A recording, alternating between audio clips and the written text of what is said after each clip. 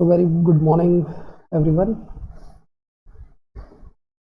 Last class में हमने दो इम्पॉर्टेंट प्रॉपर्टीज़ के बारे में पढ़ा है ना, जिसमें से एक प्रॉपर्टी थी आपकी time invariant and time variant type of systems. So time invariant type के सिस्टम्स क्या होते हैं कि अगर कोई सिस्टम है और उसका जो आउटपुट है सेम टाइम का जो भी डिले है अगर इनपुट में प्रोवाइड किया जाता है तो सेम डिले उसके आउटपुट में भी मिलना आपको चाहिए. तो ऐसा सिस्टम जो होता है वो टाइम इनवेरिएंट टाइप का सिस्टम होता है. ठीक है, इसके बारे में हमने कल डिस्कस कर लिया था काफ़ी डिटेल में, एग्जांपल्स भी देख लिए थे. फिर हमने सेकंड टॉपिक जो स्टडी किया वो था हमारा stable and unstable type of systems. So जो स्टेबिलिटी थी वहाँ पे स्टेबिलिटी की डेफिनेशन ये थी कि कोई भी सिस्टम है जिसका आउटपुट y है और इनपुट xt है, तो अगर इनपुट उसका बाउंडेड है तो आउटपुट भी बाउंडेड आना चाहिए. अगर किसी केस में आप बाउंडेड इनपुट डालते हो लेकिन आपके पास बाउंडेड आउटपुट नहीं आता है तो इस केस में जो सिस्टम है वो अनस्टेबल हो जाएगा. ठीक है, तो this is a very basic and very easy and clear definition कि आप समझ सकते हो इससे कि कोई भी अगर प्रैक्टिकल सिस्टम है ना, जैसे कि आप मान सकते हो कि आपका कंप्यूटर है ना या आपका लैपटॉप, तो अगर आप इसको एक इनपुट देते हो लाइक इलेक्ट्रिसिटी, तो it have to work properly है ना विद इन द बॉन्ड्स. तो कोई भी प्रैक्टिकल डिवाइस जो भी आपके पास मौजूद है घर पे, ठीक है, आप चाहते हो कि वो विद इन द बॉन्ड्स और प्रैक्टिकली उसका आउटपुट रहे. तो इस टाइप के सिस्टम जो होते हैं स्टेबल होने चाहिए और the stable systems are defined by bounded input and bounded output type of condition. ठीक है, यहाँ पे हम दो जो हमारे इनपुट सिग्नल्स हैं जैसे कि डीसी और यूनिट स्टेप और कोसाइन फंक्शन. तो कोसाइन और साइन फंक्शन को हम इसलिए यूज़ कर रहे हैं बिकॉज मोस्ट ऑफ द हमारी जो वेवफॉर्म्स होती हैं इन इलेक्ट्रिकल इंजीनियरिंग और in electronics engineering they are basically हमारी साइन एंड कोसाइन टाइप की वेवफॉर्म होती है जो इनपुट हम गिव करते हैं किसी भी डिवाइस को. ठीक है, तो ये हो गई हमारी दूसरी प्रॉपर्टी. आज हम चलेंगे और देखेंगे what will be our third property. तो sorry, what will be linear time invariant systems. तो हमने टोटल 5 प्रॉपर्टीज़ पढ़ ली है. स्टैटिक डायनामिक, दूसरी causal, non causal, anti causal, third हमारी linear and non linear type of system. तो वो जो थर्ड प्रॉपर्टी है वहाँ से इसका पहला नाम आया है लीनियर, जो आपको दिख रहा है स्क्रीन पे, लीनियर सिस्टम. ठीक है, और जो फोर्थ प्रॉपर्टी है टाइम इनवेरिएंसी की, वहाँ से इसका सेकंड पार्ट आया है टाइम इनवेरिएंट. तो यहाँ पे आपको दिख रहा है कि लीनियर टाइम इनवेरिएंट और सिस्टम्स. तो लीनियर टाइम इनवेरिएंट सिस्टम्स जो हैं इनको अब हमें स्टडी करना है. ठीक है, तो ये यहाँ पे इस तरीके से आपके पास एक डायग्राम बना हुआ है just to represent a simple type of system.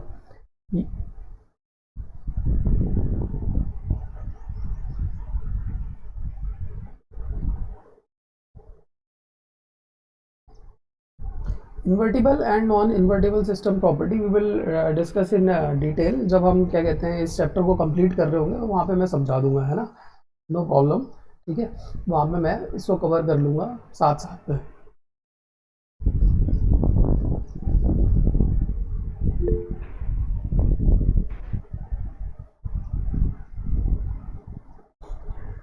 तो यहाँ पे देख सकते हो कि भाई तुम यहाँ पे आप देख सकते हो कि xt जो सिग्नल है वो जा रहा है हमारा सिस्टम में, और सिस्टम कैसा सिस्टम है, अब वो लीनियर सिस्टम है, साथ में वो एक टाइम इनवेरिएंट टाइप का सिस्टम है. ठीक है, और जो उसका आउटपुट है द आउटपुट इज yt. ठीक है, तो input is xt and output is yt.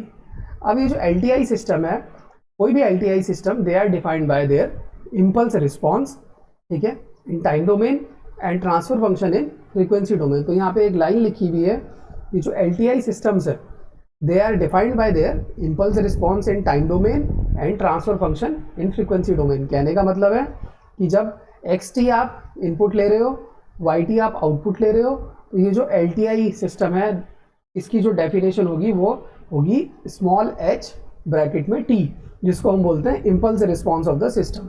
ठीक है, impulse response of the system. और अगर आप फ्रीक्वेंसी डोमेन में जा रहे हो, यानी कि यहाँ पे आप लिख रहे हो एक्सेस और इस तरफ वाई एस, यानी कि लाप्लास ट्रांसफॉर्म, मैं आगे बताऊंगा उसके बारे में भी, ठीक है। तो जो एल सिस्टम होगा वो रिप्रेजेंट होगा यहाँ पे कैपिटल एच एस फंक्शन से या फिर कैपिटल एच ओमेगा फंक्शन से, जिसको हम बोलते हैं सिस्टम का ट्रांसफर फंक्शन, ठीक है। इतनी बात क्लियर हो गई? Yes sir. सो सबसे पहली बात आती है अब आपके दिमाग में कि व्हाट इज़ इम्पल्स रिस्पॉन्स, है ना, कि जो लीनियर टाइम इन्वेरिएंट सिस्टम है, आपने बताया कि लीनियर टाइम इन्वेरिएंट सिस्टम का कोई इम्पल्स रिस्पॉन्स होगा भाई, ठीक है। अब ये इम्पल्स रिस्पॉन्स क्या होता है इसको हम देख लेते हैं। वेरी सिंपल, ठीक है, it is a very simple thing. कहने का मतलब क्या है कि जो भी हमारे पास ऊपर सिस्टम था, आपको ये सिस्टम दिख रहा है, यहाँ पे इनपुट क्या था एक्स टी, तो उसके अकॉर्डिंगली आउटपुट आता था वाई टी। अगर अब मैं इनपुट डाल दूँ इसमें डेल्टा टी, कहने का मतलब है अब पहले बार मैं सबसे पहली बार क्या कर रहा हूँ, ये जो हमारा एल सिस्टम है इसमें इनपुट किसको कर रहा हूँ मैं, डेल्टा फंक्शन को, यानी कि इम्पल्स फंक्शन को मैं इसमें इनपुट कर रहा हूँ। तो जब मैं इम्पल्स फंक्शन को इसमें इनपुट करूँगा तो जो भी मेरे पास रिस्पॉन्स आएगा, है ना, आउटपुट में यहाँ पे मेरे पास वाई टी कुछ रिस्पॉन्स आएगा और उस रिस्पॉन्स को मैं कहता हूँ स्मॉल एच टी। वो इस सिस्टम का क्या होता है, इम्पल्स रिस्पॉन्स होता है, ठीक है। यहाँ पे एक लाइन लिखी भी है कि if input to the L system, यानी कि ये जो हमारा एल सिस्टम है इसमें हम क्या इनपुट करते हैं, यूनिट इम्पल्स फंक्शन। तो ये यूनिट इम्पल्स फंक्शन है रिप्रेजेंटेड बाय डेल्टा टी। तो जो भी हमारा रिस्पॉन्स आएगा सिस्टम का वो होगा हमारा इम्पल्स रिस्पॉन्स, ठीक है। तो ये तो हो गई पहली चीज़ कि इम्पल्स रिस्पॉन्स क्या होता है सिस्टम का। आपको पता है system is represented by it's input और उसका कुछ आउटपुट, और बीच में जो सिस्टम होता है उसके ऊपर कुछ फंक्शन काम करता है, ठीक है। अब वो फंक्शन, जो भी हम फंक्शन पढ़ते हैं वो किस तरीके के हो सकते हैं, लीनियर टाइम इन्वेरिएंट टाइप के। तो हमने ऐसे ही सिस्टम यहाँ पे पढ़ने हैं जो कि लीनियर होंगे साथ में टाइम इन्वेरिएंट होंगे, ठीक है। तो उनका जो फंक्शन होगा वो लीनियर होगा साथ में टाइम इन्वेरिएंट टाइप का होगा। अब लीनियर टाइम इन्वेरिएंट सिस्टम जो रिप्रेजेंट करते हैं हम, they are represented by their impulse response और ट्रांसफर फंक्शन। तो इम्पल्स रिस्पॉन्स की डेफिनेशन ये है कि अगर इनपुट आपका डेल्टा टी है तो आपका जो रिस्पॉन्स होगा वो स्मॉल एच टी होगा, and that is called as the impulse response of the system. अब देखते हैं कि व्हाट इज ट्रांसफर फंक्शन, ठीक है। ट्रांसफर फंक्शन क्या है, transfer function is the ratio of Laplace transform, ठीक है। वेरी इंपॉर्टेंट डेफिनेशन, ठीक है। ये हमेशा आपसे पूछी जाएगी, इवन इन आप कहीं इंटरव्यू भी दे रहे होंगे तो आपसे पूछ सकता है what is the transfer function of the system. तो transfer function of the system is ratio of Laplace transform of output to the Laplace transform of the input when all the initial conditions are assumed to be zero, ठीक है। तो यहाँ पे ये जो system है x T से represent किया गया है और एल सिस्टम का आउटपुट वाई टी से रिस्पॉन्स इसको शो किया गया है। अब यही जो सिस्टम है अगर इसको फ्रीक्वेंसी डोमेन में हम रिप्रेजेंट करते हैं तो यहाँ पे आ जाएगा कैपिटल एक्सेस, यानी कि जैसे ये लिखा हुआ है कैपिटल एक्सेस, और इस तरफ आ जाएगा इसका रिस्पॉन्स कैपिटल वाई एस। तो ये है आपका कैपिटल वाई एस। तो डिवीजन है, रेशियो है capital Y S divided by capital X S, यानी कि ratio of the Laplace transform of the output to the Laplace transform of the input when all the initial conditions are assumed to be zero. इन initial conditions का क्या मतलब होगा वो भी मैं आपको आगे आगे समझाता जाऊंगा, ठीक है। तो फिलहाल आपको इतना ध्यान रखना है कि एच एस जो भी हमारा ट्रांसफर फंक्शन है, ट्रांसफर फंक्शन क्या होता है, किसी भी सिस्टम को गवर्न करता है, ठीक है, उसकी फंक्शनिंग को गवर्न करता है।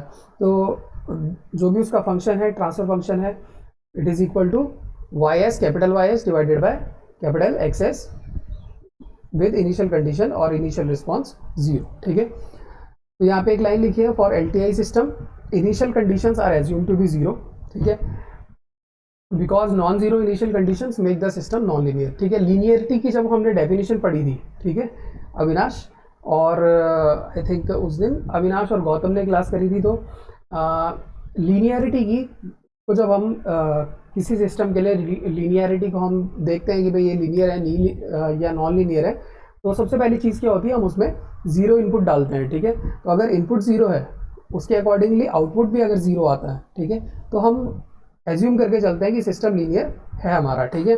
तो initial condition are assume to be zero का मतलब है कि सिस्टम हमारा लीनियर है, ठीक है। अगर इनिशियल कंडीशंस कुछ रहेंगी सिस्टम में तो that can make the system non linear, यहाँ पे ऐसा लिखा हुआ है, ठीक है। तो ये क्लियर है यहाँ तक अभी? यस सर हाँ जो बोलो। अपना ट्रांसफर फंक्शन है वो फ्रीक्वेंसी डोमेन में होता है। Transfer function is always in frequency domain, है ना? Okay sir. हाँ, ट्रांसफर फंक्शन फ्रीक्वेंसी डोमेन में होगा एंड रिस्पॉन्स आपका होगा, जो भी रिस्पॉन्स है सिस्टम का वो आपका टाइम डोमेन में होगा। अब आते हैं हम कॉन्वोल्यूशन की तरफ, ठीक है। तो यहाँ पे जो भी हमारा सिस्टम है वाई टी, ठीक है, दिस वाई टी जो हमारे यहाँ पे रिस्पॉन्स मिल रहा है, this y t is x t convolution h t. कहने का मतलब है कि अगर हम वाई टी को लिखना चाहें तो y t is equal to x t convolution h t, जैसे यहाँ पे लिखा हुआ है आपने, ठीक है।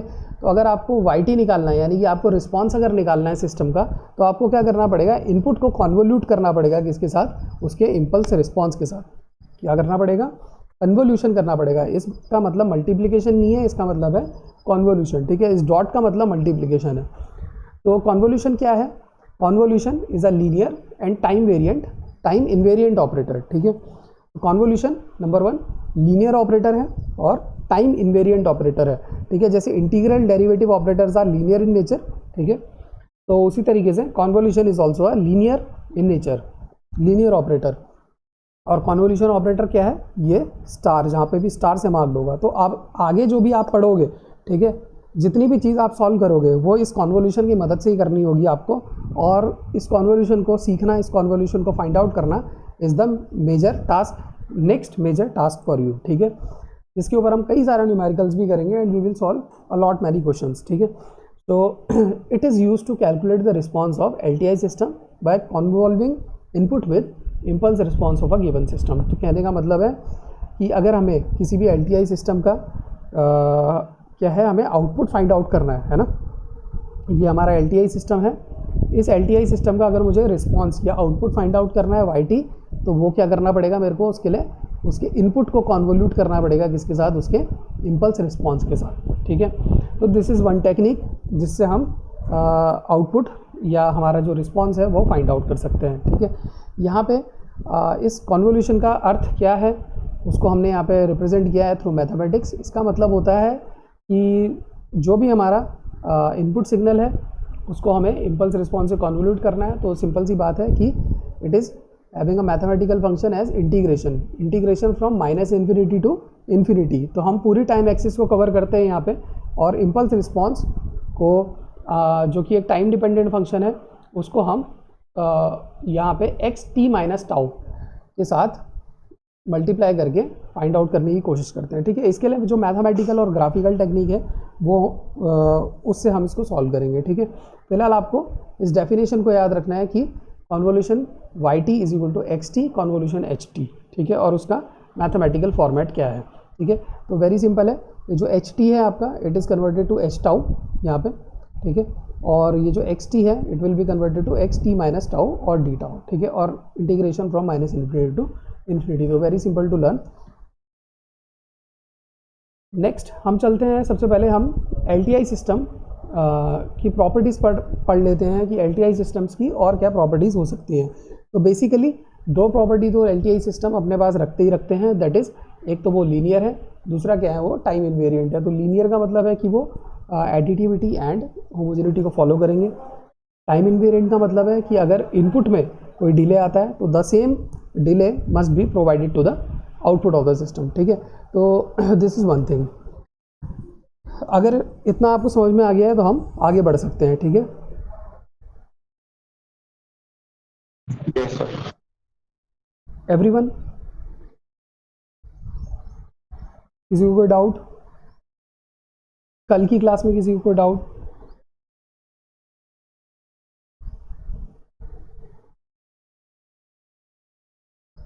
ठीक है, तो हम आगे बढ़ते हैं ना।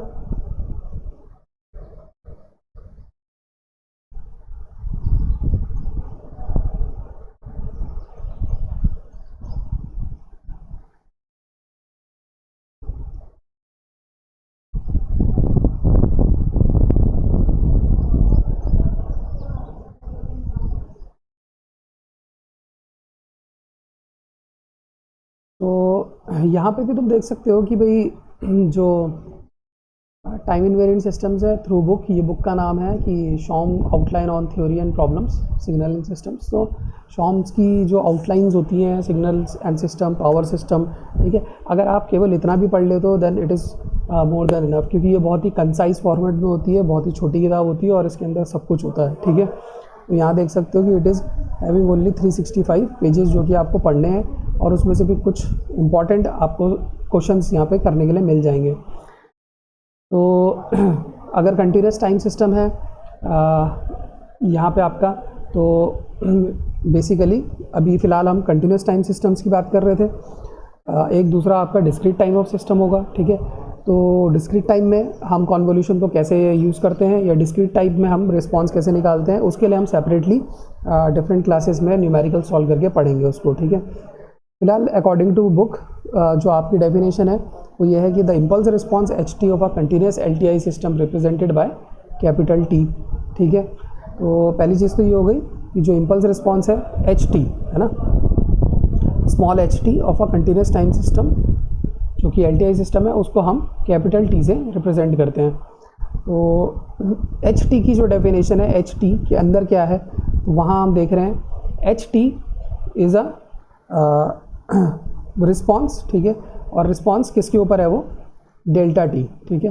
रिस्पॉन्स क्या है, वो डेल्टा टी। तो कहने का मतलब हो गया एच टी आपकी वाई टी की जगह हो जाएगा और एच टी डेल्टा टी आपका एक्स टी की जगह हो जाएगा, और जो भी फंक्शन आप यहाँ पे एफ से रिप्रेजेंट करते थे पहले वो अब टी में कन्वर्ट हो जाएगा। ये समझ में आ रहा है आपको? Yes sir.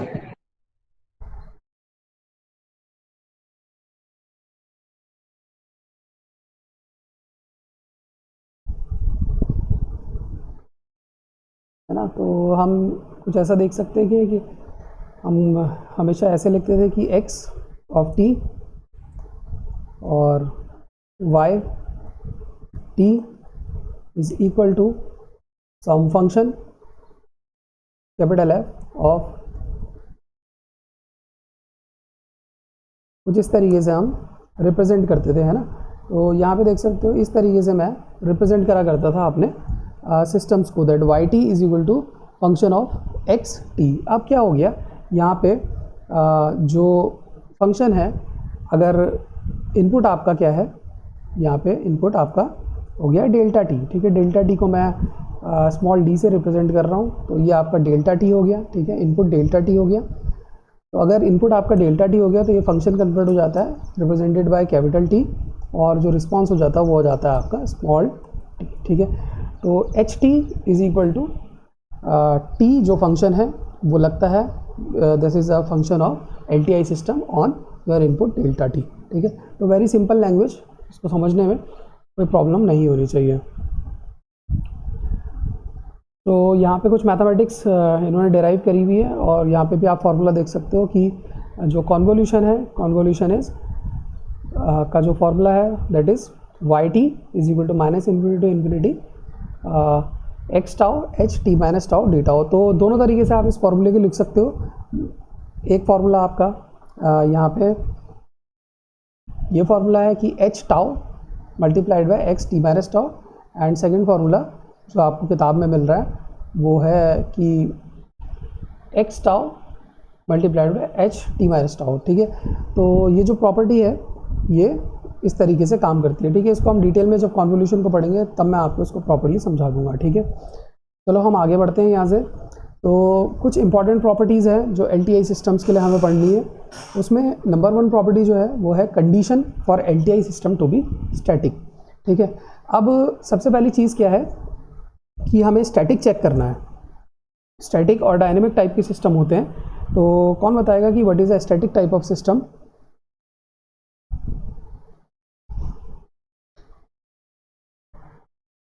अविनाश?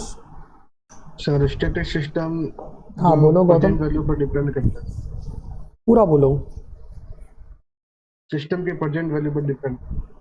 सिस्टम की प्रेजेंट वैल्यू नहीं, सिस्टम का आउटपुट सिस्टम के इनपुट की प्रेजेंट वैल्यू पर डिपेंड करता है। क्या बोला मैंने? सिस्टम के आउटपुट सिस्टम के इनपुट के प्रेजेंट वैल्यू पर डिपेंड। हाँ वेरी गुड, है ना। तो कोई भी सिस्टम है जिसका आउटपुट सिस्टम की इनपुट की प्रेजेंट वैल्यू पे डिपेंड करे, वो ऐसा सिस्टम हमारा क्या है, स्टैटिक सिस्टम होता है, ठीक है। और डायनेमिक सिस्टम कि अगर कोई सिस्टम है और उसका आउटपुट सिस्टम की पास्ट या फ्यूचर वैल्यू पे डिपेंड कर जाए at any instant of time, तो ऐसा सिस्टम क्या हो जाएगा हमारा, यहाँ पे डायनेमिक टाइप का सिस्टम हो जाएगा, ठीक है। तो बेसिकली जो अभी हम पढ़ रहे हैं वो LTI सिस्टम के बारे में पढ़ रहे हैं। तो LTI system by default linear है, क्योंकि उसमें आप ज़ीरो इनपुट डाल रहे हो तो आउटपुट भी ज़ीरो मिल रहा है, वो एक कंडीशन है चेक करने के लिए, ठीक है। तो हम एज्यूम करके चल रहे हैं कि वो सिस्टम हमारा लीनियर है। देन टाइम इनवेरिएंट टाइप का सिस्टम है, यानी कि अगर टाइम का डिले आ रहा है इनपुट में तो सेम टाइम डिले इनपुट का टाइम डिले किस में आ जाएगा, आउटपुट में। अब चेक करना है हमें स्टैटिक। तो स्टैटिक चेक करने के लिए सबसे पहले यहाँ पे दो कंडीशन लिखी है कि अगर कोई भी सिस्टम LTI सिस्टम स्टैटिक है तो पहली चीज़ कि उसका impulse response should be impulse at origin, ठीक है। कहने का मतलब है कि ये टाइम एक्सिस है, एक्स एक्सिस t से डिफाइन की गई है, ht डिफाइन करता है आपका रिस्पॉन्स ऑफ द सिस्टम। ये रिस्पॉन्स कब मिल रहा है, जब इनपुट क्या है, डेल्टा t, ठीक है। फिर से बैक चलते हैं, यहाँ पे जब इनपुट क्या है डेल्टा t तो रिस्पॉन्स क्या आ रहा है, ht, ठीक है। तो अगर हम ओरिजिन पे चेक करते हैं किसकी वैल्यू, ht की, तो ht को अगर मैं ओरिजिन पे चेक करूँ तो it should be a impulse, ठीक है, it should be a impulse, ठीक है। तो यहाँ पे देख सकते हो कि अगर कोई सिस्टम है मेरा इस तरीके से yt इज इक्वल टू के कोफिशिएंट है जो कि फंक्शन है t से डिफाइन किया गया है, वो मल्टीप्लाई होता है xt के साथ, है ना। तो यहाँ पे जो मैंने इस तरीके से पहले रिप्रेजेंट किया था, ठीक है, तो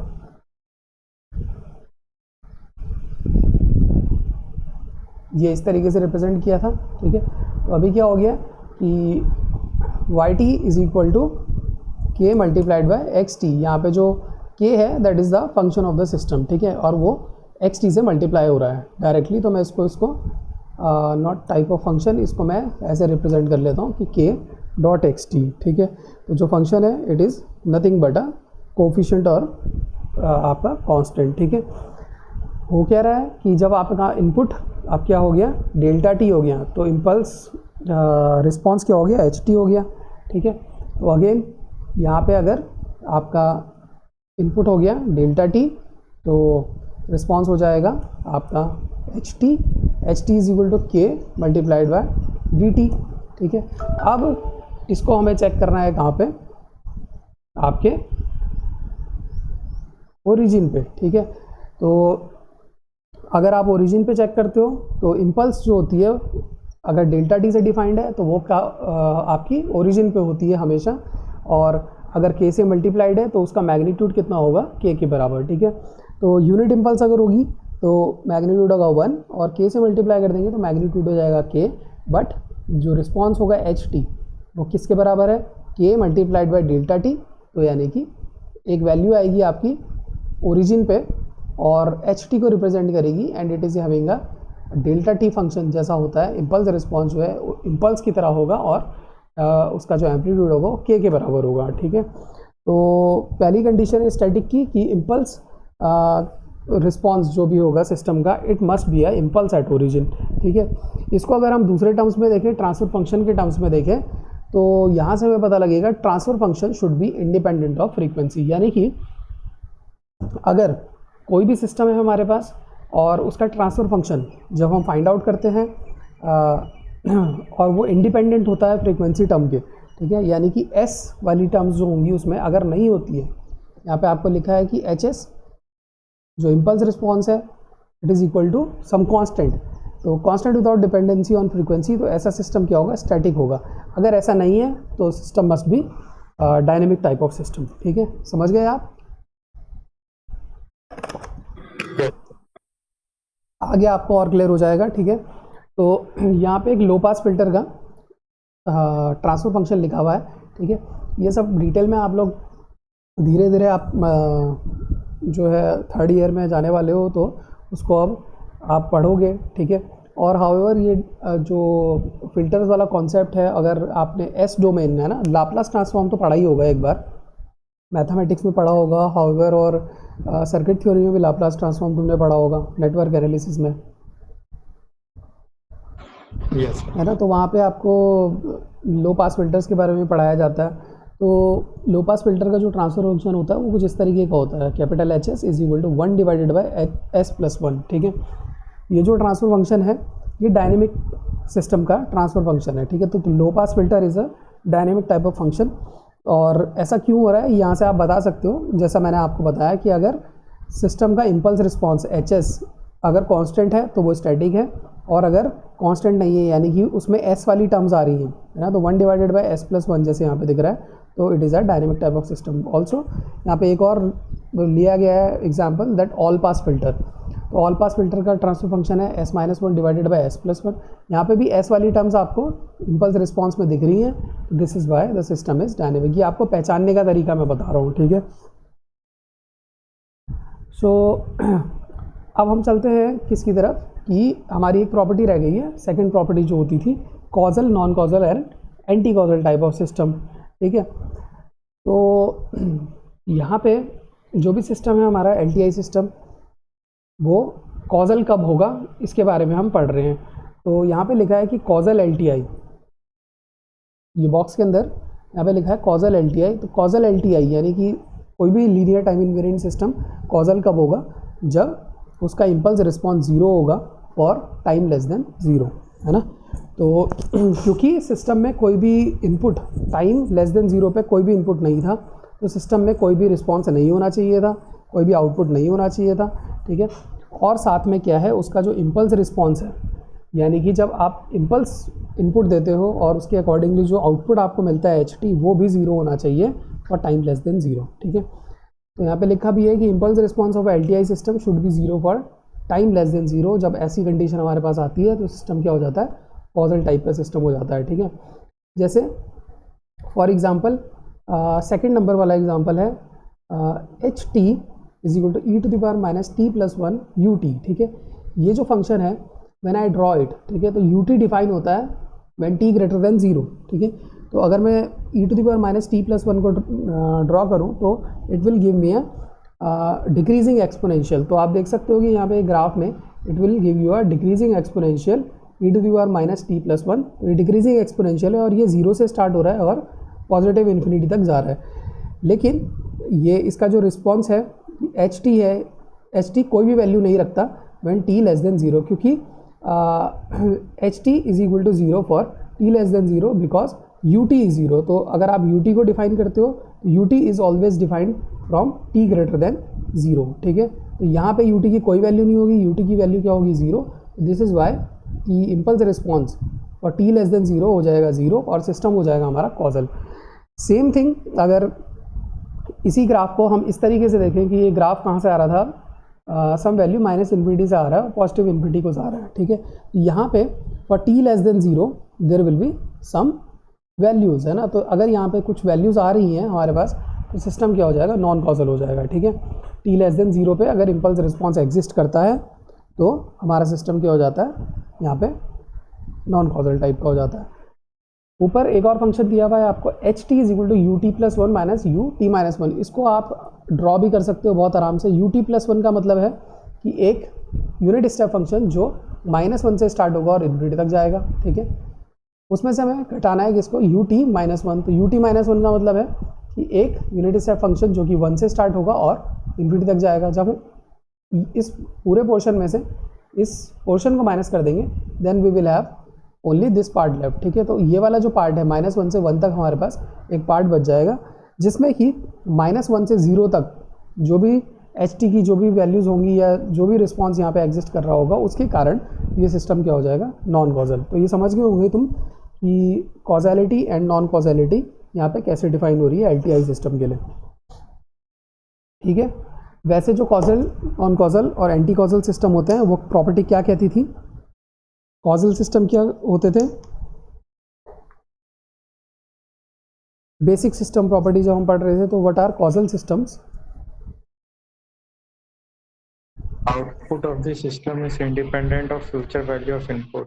हाँ, तो only past values of the input and present value of the input पे डिपेंड करता था हमारा आउटपुट। वो आपको एक चीज़ याद रखनी है, ठीक है, जब आप बेसिक सिस्टम प्रॉपर्टीज़ को पढ़ रहे होंगे, ठीक है। और उसी का जो एक्सटेंशन है वो अगर आप LTI सिस्टम पे लगाना चाहते हो तो LTI सिस्टम में आप डायरेक्टली इम्पल्स रिस्पॉन्स को देख करके बता सकते हो कि सिस्टम हमारा कॉजल है या नॉन कॉजल है। वरना आप चेक भी कर सकते हो, ठीक है, उस प्रॉपर्टी से आप चेक भी कर सकते हो इनपुट की past present and future values को लेकर के आप चेक कर सकते हो कि आउटपुट डिपेंड करता है नहीं करता। वरना आप डायरेक्टली यहाँ से HT को एनालाइज कर सकते हो कि अगर HT 0 हो जाता है फॉर t<0 तो सिस्टम हमारा कॉजल हो जाएगा, ठीक है। नेक्स्ट जो प्रॉपर्टी हमारे पास है वो है स्टेबिलिटी की प्रॉपर्टी। तो यहाँ पे है कि स्टेबल और अनस्टेबल सिस्टम, तो लीनियर तो है ये सिस्टम, टाइम इनवेरिएंट भी है। स्टैटिक डायनेमिक चेक करने के लिए आपको बताया है कि इम्पल्स रिस्पॉन्स को चेक करना है एट ओरिजिन। अगर impulse response is a impulse at origin तो सिस्टम इज़ स्टैटिक, और उसका जो ट्रांसफर फंक्शन है HS must be independent of the आपका फ्रीक्वेंसी टर्म, ठीक है, तो it must be a constant, तो हो जाएगा स्टैटिक। कॉजल के लिए आपको बताया है कि impulse response should be 0 for time less than 0, तो वो हो जाएगा आपका इम्पल्स रिस्पॉन्स के अकॉर्डिंगली आप कॉजैलिटी चेक कर सकते हो। नेक्स्ट आपके लिए यहाँ पे ये है कि 11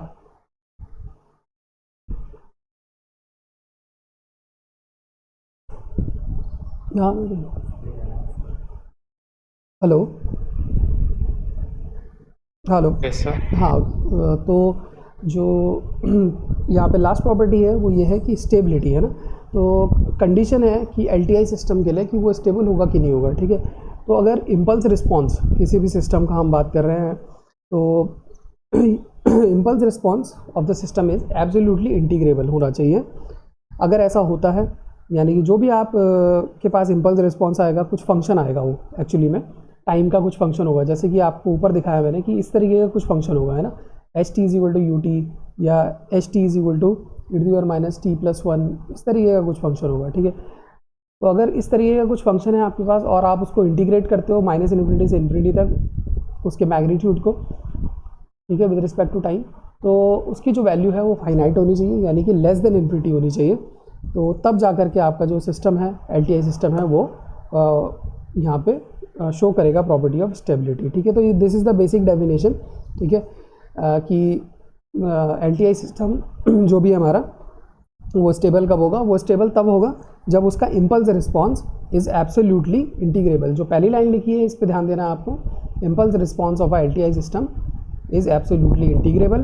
तो ये जो प्रॉपर्टी है यहाँ पे जो इस तरीके से लिखी हुई है ये आपको अब आगे हर जगह देखने के लिए मिलेगी, ठीक है, इस तरीके की डेफिनेशन। हाउएवर यहाँ पे वैल्यूज़ चेंज हो सकती है, XT आ सकता है कभी, ठीक है। तो Laplace transform, Fourier transform, Z transform जो हम पढ़ेंगे तो यहाँ से हम सब बाउंड्री कंडीशंस भी डिफाइन करते हैं, ठीक है। तो इस फॉर्मेट को आप ध्यान रखो कि -∞ से ∞ mod HT dt should be less than infinity. इसका मतलब है कि जो रिस्पॉन्स है सिस्टम का वो क्या है, फाइनाइट है, ठीक है, उसकी जो वैल्यू है वो फाइनाइट है इम्पल्स रिस्पॉन्स की। यहाँ पे सेकंड लाइन लिखी है, अगर impulse response of LTI system is represented by energy signal, ठीक है। अगर कोई भी हमारे पास सिस्टम है और उसका जो रिस्पॉन्स है वो एनर्जी सिग्नल की तरह है, ठीक है, तो हम बता सकते हैं कि सिस्टम क्या है, स्टेबल है। जैसे कि मैं ऊपर आपको बताऊं तो ये 3 एग्जांपल्स आपको दिख रहे हैं जिसमें से 2 एग्जांपल्स नीचे वाले, इन दोनों में से एनर्जी सिग्नल कौन सा है आप बताओगे मेरे को?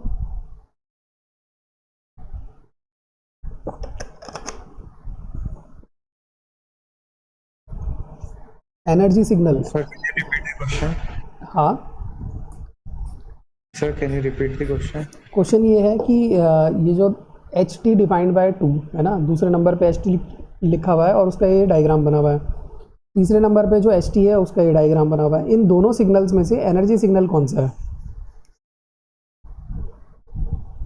Sir, दोनों भी एनर्जी सिग्नल है because of the decreasing amplitude and infinite duration.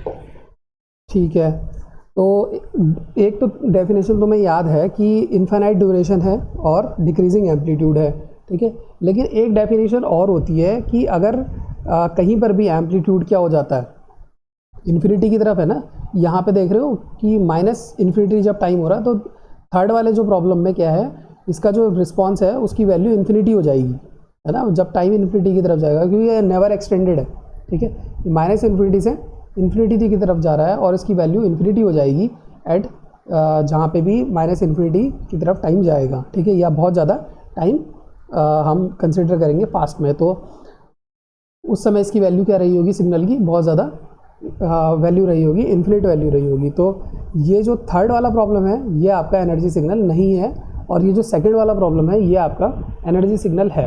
कहने का मतलब है कि ये जो इम्पल्स रिस्पॉन्स HT डिफाइन किया गया है e⁻⁻t+1 ut से, ये चीज़ जो है आपकी यहाँ पे इम्पल्स रिस्पॉन्स है, ठीक है। तो अगर ये इम्पल्स रिस्पॉन्स है और ये एक एनर्जी सिग्नल है, ठीक है, सो यहाँ पे लिखा हुआ है कि एनर्जी सिग्नल स्टेबल होंगे। तो जो सेकंड वाला है ये वाला प्रॉब्लम, ठीक है, ये एक स्टेबल टाइप का प्रॉब्लम है, ठीक है। अब मेरे को ये बताओ कि ये जो पहला नंबर का प्रॉब्लम है HT, ये एनर्जी सिग्नल है कि नहीं है?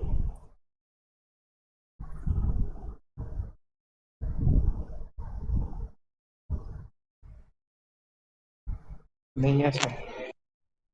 क्यों नहीं है?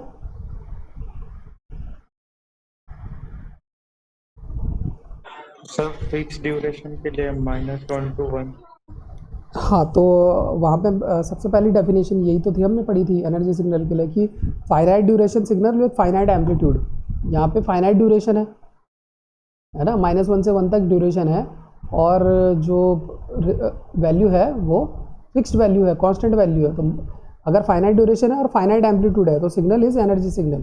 दूसरी डेफिनेशन ये थी कि सिग्नल का जो एम्पलीट्यूड है वो डिक्रीजिंग एम्पलीट्यूड है, ठीक है, और स्टार्ट होता है सम फिक्स्ड वैल्यू पे, तो एनर्जी सिग्नल है, ठीक है। ये दोनों डेफिनेशन आपकी एनर्जी सिग्नल के लिए है। तो ये ऊपर वाला और नीचे वाला दोनों ही स्टेबल टाइप के रिस्पॉन्स हैं, स्टेबल टाइप के इनपुट, स्टेबल टाइप की इम्पल्स रिस्पॉन्स है। हाउएवर ऊपर वाला नॉन कॉजल है और नीचे वाला कॉजल है, ठीक है। तो आपको हर चीज़ डिफाइन करनी आनी चाहिए, देख करके पता लग जाना चाहिए, ठीक है। तो सबसे पहली चीज़ तो ये कि आप रिवाइज़ नहीं कर रहे हो, ठीक है, तो रिवाइज़ करने की ज़रूरत है, विदाउट रिविजन आप नहीं कर पाओगे, ठीक है। इतनी सारी प्रॉपर्टीज़ हो जाएंगी दिमाग में, देयर विल बी कन्फ्यूजन, ठीक है। तो जब आप उसको बार बार पढ़ोगे then only you are able to get the point, ठीक है।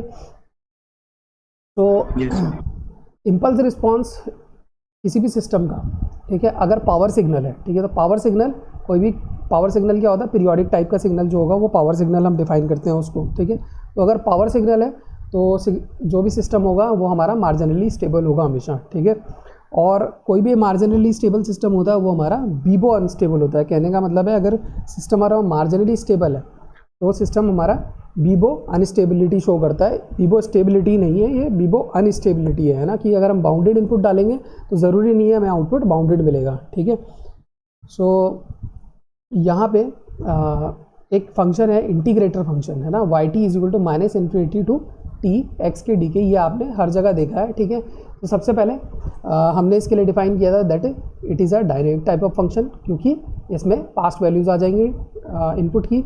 देन कॉजल, हमें पता है कॉजल क्यों होगा, क्योंकि ये प्रेजेंट और पास्ट पे डिपेंड करता है इनपुट की वैल्यूज़ के। फिर लीनियर है, लीनियर क्यों है, क्योंकि integral and derivative operators are linear in nature. Time invariant है, कल हमने देखा था कि इस फंक्शन को हमने टाइम इन्वेरिएंट शो किया था। देन ये सिस्टम कैसा है, मार्जिनली स्टेबल टाइप का सिस्टम है, और मार्जिनली स्टेबल ये क्यों है वो हमने यहाँ पे इसको डिफाइन कर रखा है, ठीक है। तो अब देख लेते हैं कि मार्जिनली स्टेबल, अभी तो बताया आपको मार्जिनली स्टेबल कौन होगा, जो पावर सिग्नल होगा वो क्या होगा, आपका मार्जिनली स्टेबल टाइप का सिस्टम होगा। तो यहाँ पे देखते हैं जस्ट अ क्विक व्यू। ये है आपका response yt, it is equal to -∞ to t x k d k, ठीक है। तो जो आपका, अगर इसको हम टाइम डोमेन में ना लिख करके अब हम फ्रीक्वेंसी डोमेन में रिप्रेजेंट करें तो ys is equal to x divided by s। ऐसा क्यों हो गया, बिकॉज जो भी इंटीग्रेशन होता है जब हम उसको लाप्लास ट्रांसफॉर्म लगाते हैं उसके ऊपर तो s जो है डिवाइड में आ जाता है, ठीक है। सो ys bye access is 1/s, और ys बाय एक्सेस का मतलब होता है hs, यानी कि इम्पल्स रिस्पॉन्स। तो इम्पल्स रिस्पॉन्स आ गया आपका 1/s। So if impulse response is 1/s तो इसका मतलब है कि we are having pole at s is equal to 0, और 1/s को जब हम इन्वर्स लाप्लास ट्रांसफॉर्म लगाएंगे तो हमें पता लगेगा कि 1/s किसको रिप्रेजेंट करता है, ut फंक्शन को। ut फंक्शन क्या है, इस तरीके का फंक्शन है जिसमें कि ड्यूरेशन अब इनफाइनाइट हो गई है, हाउएवर एम्पलीट्यूड इज़ कांस्टेंट। तो जब एम्पलीट्यूड कांस्टेंट है और ड्यूरेशन इन्फानाइट है तो पावर सिग्नल आएगा, ठीक है।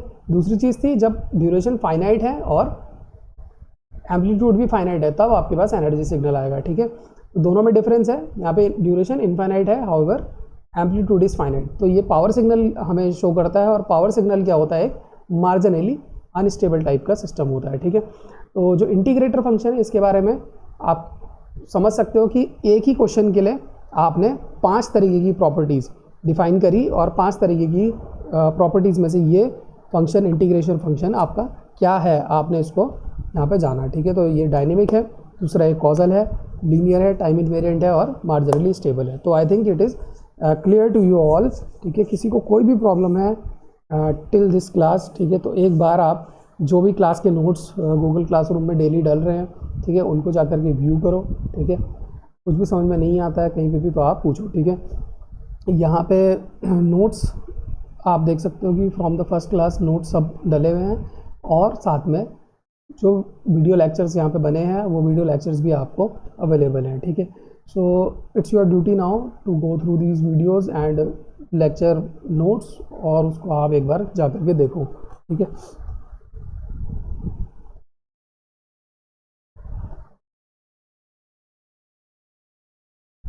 So class is over now, ठीक है। Gautam Avinash, Yes, sir.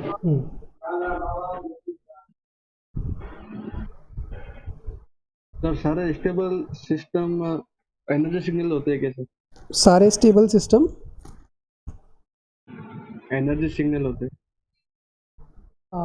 हाँ, अगर इम्पल्स रिस्पॉन्स एनर्जी सिग्नल होगा तो सिस्टम स्टेबल होगा, ठीक है।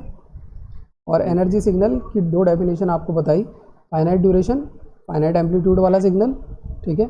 अगर रिस्पॉन्स जो इम्पल्स रिस्पॉन्स क्या है, फाइनाइट ड्यूरेशन है उसकी और फाइनाइट एम्पलीट्यूड है, तो हमारा एनर्जी सिग्नल हमें मिलेगा। दूसरा एनर्जी सिग्नल हमें कब मिलेगा, अगर एक फाइनाइट वैल्यू से इम्पल्स रिस्पॉन्स स्टार्ट हो रहा है और 0 की तरफ बढ़ रहा है, ठीक है, डिक्रीजिंग एम्पलीट्यूड है, ओके। सो एक बार जब आप उसको पढ़ोगे गौतम तो ही आपको समझ में आएगा, है ना। एक बार Yes, उसको sir. आपको ढंग से पढ़ना पड़ेगा। कोई प्रॉब्लम होती है देन आई एम हेयर, है ना, हम उसको किसी भी तरीके से किसी भी टाइम पे सॉल्व कर सकते हैं प्रॉब्लम को, यस सर। ओके।